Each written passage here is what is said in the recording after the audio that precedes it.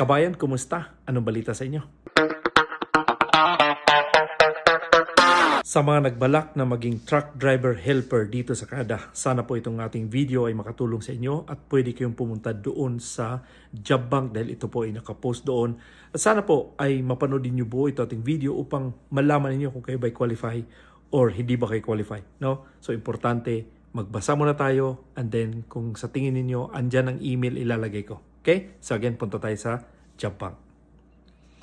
So guys, ito nga ay truck driver helper.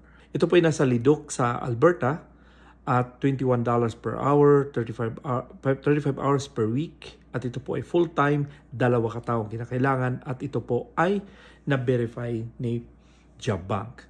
So again, ang kailang overview dito, of course, English, ang kailang education, high school, kung kayo man ay may mga certificate or diploma, mas the best po yan. Yung experience dito, well-trained. Subalit sinasabi sa inyo, napakalaking bagay na kayo po ay may mga experience kung kayo man ay nagbalak ng trabaho dito sa Canada. So again, ito pong responsibilities and task. Importante po ito kung kayo man ay mga truck driver helper. Kayo po ay may klaseng ganitong trabaho. No? Kung ano man ang mga ginagawa nyo sa pagiging helper, isulat nyo sa inyong resume dahil napakalaking bagay yan. Okay? So ito po yung responsibilities and task. Transport tools and equipment on push or hand cars. Assist truck and delivery drivers to load and unload vehicle, perform laboring duties in warehouses, provide customer service. Additional information, work condition, and physical capabilities, bending, crouching, kneeling, fast-paced environment, handling heavy loads, physical demanding, repetitive task. On tools equipment, naka-gloves, naka-red hat, steel-toe boots, and then dito sa baba, show how to apply. Ayan po ang kanilang email. Pwede ninyong i-email kung kayo man ay qualify sa mga trabaho dito sa pagiging truck helper.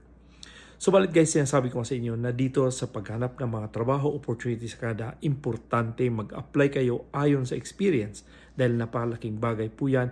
And also, ang inyong resume ay ayusin naman ninyo para kayo ay mapansin nito ngang mga employer kung kayo man ay nagbalak ng trabaho dito nga sa job bank or sa Indeed or kayo man ay nag-apply doon sa mga legit agency natin dyan sa Pilipinas. No? Importante po yan, napakalaking bagay na ang inyong mga qualification ay magtugma doon sa mga trabaho upang kayo ay mapansin ng mga employer.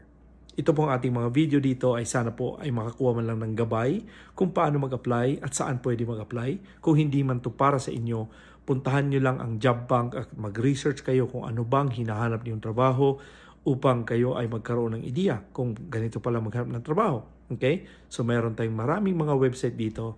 Job Bank, meron tayong Indeed, meron tayong Saskatchewan Jobs, meron tayong workabroad.ph kung gusto niyo, may DMW, andun din po. So marami, no? Subalit ang sinasabi sa inyo, huwag kayong basta-bastang magbigay ng pera sa mga nanghingi sa inyo dahil ang Canada po ay walang placement fee.